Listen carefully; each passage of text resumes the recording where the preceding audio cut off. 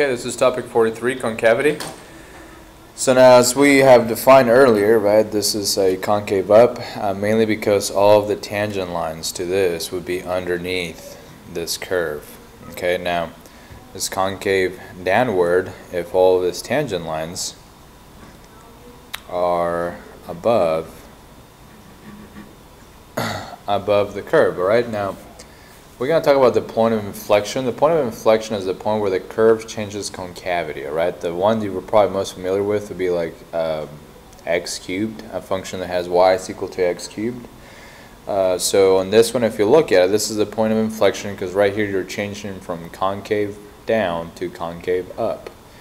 Okay, so a few things that I got to talk about. Remember that from the last lesson that we talked about, this is considered the absolute minimum because this is the lowest y value, and this is considered the absolute maximum because this is the highest y value.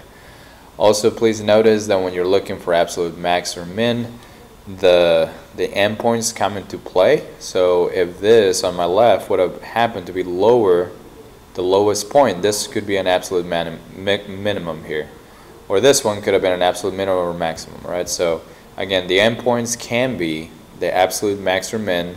However, on this example, they're not. Okay, now remember that also relative minimum or local minimum are just basically where you have something that looks like this, where you're decreasing, you go from decreasing to increasing. And also remember that you can have a maximum even if that point is not differentiable, right? So right here we have is not differentiable, but we still have a maximum because it increases and decreases, all right, when it gets to that point. It increases up to that point and then it decreases after that point. Okay, so now let's go to the back now and let's actually talk about some interesting things that are going to help you graph some graphs of f of x. So we're going to do the concavity test. So we're going to suppose the function f is a twice differentiable on interval I. Okay, so on this one right here, that says that if the second derivative is positive, remember that's the second derivative is positive, then the graph of f, remember we're talking about the original function, is concave upward in that interval. Also, if the second derivative is negative, then the graph of the original function f is concave downward. Alright? And finally, C says that there's a point of inflection at any point where f of x, or sorry, f double prime of x changes sign. So again, there's a point of inflection, meaning it's going to change, graph of f is going to change concavity at any point where the second derivative changes sign. Okay, so let's go to an example. Okay, so an example of this on A. They're asking us to find the intervals of increase and decrease. Alright, so to do that, remember what we have to do is, assuming that we don't have a calculator, is that we're going to have to take the derivative of this. That's going to give me 4x cubed minus 12x squared. And then now, what I have to do after that is that I'm going to have to factor and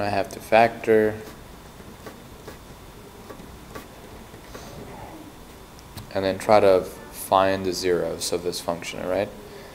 On this one I'm going to figure out the, well, 4x squared is equal to 0, and I have x minus 3 is equal to 0, so I have a double root here, and I have a single root of x is equal to 3 here. Okay, so what I have to do now to figure out if the graph of f of x, if this is increasing or decreasing, is I have to do some kind of sign analysis. Now I don't have an interval here, but that's okay. I'm going to plot the points where the derivative was equal to 0. Now why is that important? Remember that where the derivative is equal to 0, that means that I have a horizontal tangent in the original function. Right, so I can have a horizontal tangent, and if I have a horizontal tangent, then I could possibly have a max or a min at those points. Alright, now to figure out if it's a max or a min or neither, is I have to plug in points to the left of 0 and to the right of 0 and figure out if those are going to be positive or negative. So if I pick a -1, for example, and I plug it back in here, alright, is that going to give me a positive value or a negative value for all of this? And it turns out if I plug in a negative value here and here, I get a negative value.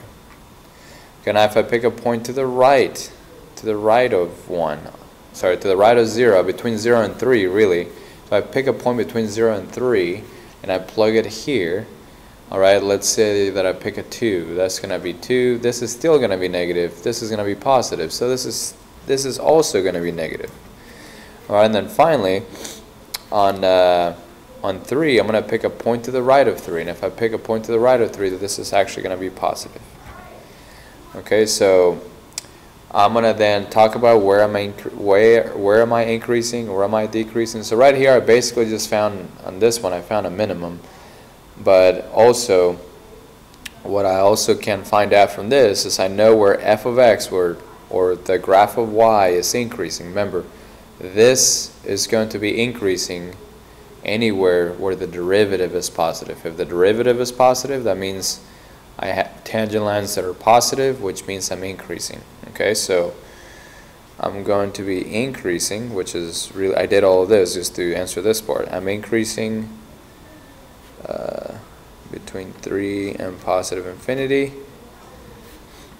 because the derivative is positive. And this is another way of writing the derivative is positive, right? It's greater than 0. Now I'm going to be decreasing between negative infinity and 0 and 3. Okay? And that's going to be because the derivative is less than 0, or the derivative is negative. Alright, so that's all I have to do for right now. Let's go to B.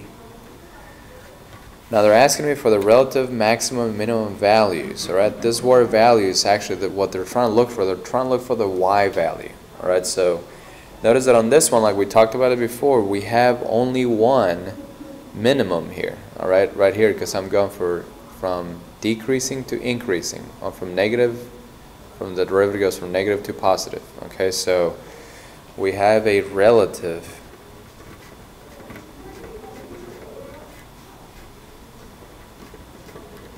minimum value, which is the y coordinate of the original function at x is equal to 3. Okay, so to figure out the rest of that,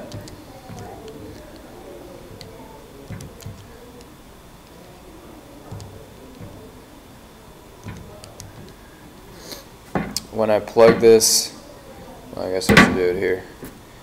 When I plug that into this, right, so I'm going to plug it back, I'm going to plug it back into the original, right, so my y value, which is what I'm looking for, I'm going to plug that into the original function.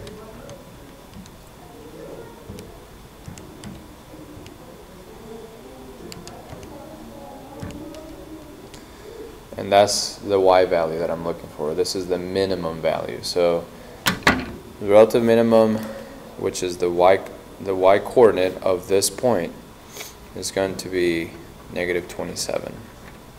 And why is that a relative minimum, which is asking me to justify? Well, that's because, like I've said earlier, the derivative of y goes from negative to positive around that number. Okay, so I'm negative, then I'm positive. I have a sign change, so therefore I have a minimum because I went from negative to positive. Alright, now on C.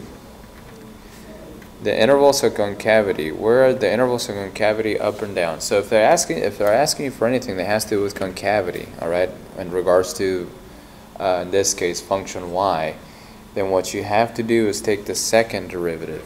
Alright, so I'm going to take the second derivative. I'm going to take the second derivative of this. And now I'm taking the derivative of this. So I have 12x squared minus 24x. And that's what I got. Alright, and then it may not make a whole lot of sense why I'm doing this right now, but what you're going to have to do after that to figure out the intervals of concavity is I'm going to have to factor, well, I kind of jumped the gun a little bit. I'm going to have to set this equal to 0. And then I'm going to factor. Let us have a common factor of 12x. And then now I'm going to set each factor equal to 0. So I got 12x is equal to 0, x minus 2 is equal to 0, so x is 0, and x is positive 2. Okay, so now these points, excuse me, these 2 points right here, that's where I could possibly have an inflection point. Okay, so what I'm going to do now is I'm going to do some sign analysis, very similar to what I did earlier. I'm going to plot those points, 0 and 2 in this case. Or I'm going to try to figure out what are the values to the left of 0. Are they going to be positive or negative? What are the values between 0 and 2? And then what are the values that something greater than 2? Are they positive or negative? Okay, so first thing I have to do is pick a number less than 0, which -1 would work, and I'm going to plug it in here. Now when I plug it in here, I find out that that's going to be positive. Alright, now between 0 and 2, I would pick like 1, and then I'll figure out if that's positive or negative. And in this case, if I have a 1 here and a 1 here for x, that's going to give me a negative value. And then finally, if I plug in a number greater than 2, and I plug it into here, that would also give me a positive value. Okay, so here's what's going to happen. Okay, now I'm kind of jumping the gun here a little bit, but where my second derivative is positive, all right? So where my second derivative is positive, the graph of y, the graph of the original function, will be concave up. All right, so I'm going to be concave up between -infinity and 0, and then 2 and infinity. And then when it's asking you to justify, well, I'm going to say it's going to be concave up because the second derivative is positive. Alright, now similarly, I'm going to be concave down. The graph of the original function, in this case the graph of y, is going to be concave down anywhere where the second derivative is negative. And in this case, the only place that the second derivative is negative is between 0 and 2. And to justify that, well, that's because the second derivative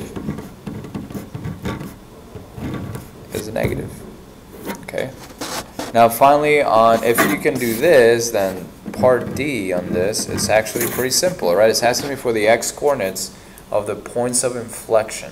Alright, so it's asking me for the x-coordinates of the points of inflection. So what I did here essentially tells me what my points of inflections are, because at this point, 0 and 2, I have a change, I have a sign change. I go from positive to negative or from negative to positive. So this right here, the fact that I have sign change implies that those are my points of inflection. So again, points of inflection